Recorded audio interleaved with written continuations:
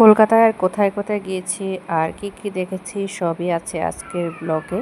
আশা করছি তোমাদের দেখে ভালো লাগবার। এটা কি ঠাকুর সবাই আমাকে জানাবে কমেন্টে। হ্যালো, হাই এভরিওয়ান, সবাই কেমন আছো? আশা করছি ভালো আছো। সবাইকে আমার তরফ থেকে নমস্কার জানিয়ে ভিডিওটা শুরু করছি। তো তারপরে আমরা কলকাতায় যে ঘুরেছিলাম তার মধ্যে একটা ডেস্টিনেশন ছিল আমাদের তারকেশ্বর মন্দির। তো তারকেশ্বর মন্দিরের জন্য আমরা প্রথমে চলে গিয়েছি ট্রেন চেপে ওর এক বন্ধুর বাড়িতে। বহু বছর পুরনো সেই বন্ধুর বাড়িতে আমরা খাওয়া দাওয়া সেরে এই নদীটা দেখতে এসেছিলাম। এই নদীটার কী নাম আমি ভিডিওতে একবার শেয়ার করেছিলাম, দেখি তোমরা মনে আছে কি না, আমার ভিডিও দেখো কি না বলবে, জানাবে আমাকে এটা কি নদী। আমি আগেও একবার উল্লেখ করেছিলাম, পোস্ট দিয়েছিলাম।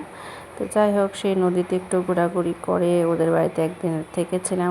এটা হলো ওদের বেবি, ও 1.5 বছরের বাচ্চা। খুব মজা করেছে ওদের বাড়িতে। ওইখান থেকে নদী দেখে বিকাল টাইমটায় ঘোরাঘুরি সেরে চলে গিয়েছে ওদের এখানে আরেকটা বিখ্যাত একটা মন্দির আছে। এই মন্দিরটার নামটা আমার ঠিক মনে পড়ছে না কিন্তু এটা খুবই জাগ্রত একটা মন্দির। সে শিবেরই একটা অংশ। এই মন্দিরে মানে শিব ঠাকুরের মাথাটা থাকে না, এটা প্রত্যেক বছর একবার করে হয়। এই মন্দিরে নাকি তুমি যাই কামনা করবে তা পূর্ণ হয়। তো আমরা তো কামনা করতে যাইনি, বাস দেখতে গিয়েছিলাম।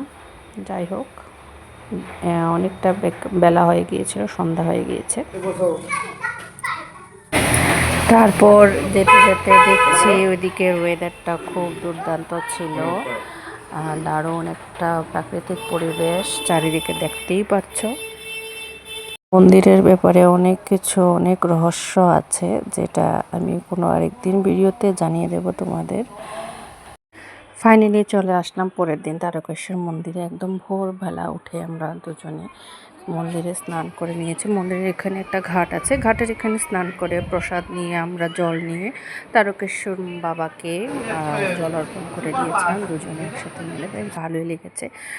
ভোরবেলা উঠে গিয়েছিলাম তো, তাই বেশি একটা ভিড় ছিল না, একদম ফাঁকা ছিল। খুব সুন্দর করে পুজোটা দিতে পেরেছিলাম। মনটা একদম শান্ত হয়ে গিয়েছে।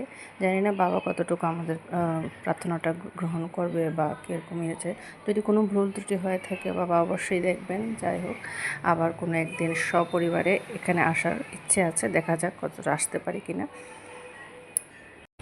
মন্দিরের ভিতরে ভিডিও ক্যামেরা করার পারমিশন নেই, তাই আর ভিতরে দেখাতে পারিনি, বাইরের দৃশ্যটাই দেখিয়েছি। তারপরে যতটুকু দিদি চোটের জন্য অনেক বাধা দিচ্ছিল, আমি চুপ করে একটু নিয়ে নিয়েছিলাম। যাই হোক, আজকের ব্লগটা এখানে, বাই বাই সবাইকে।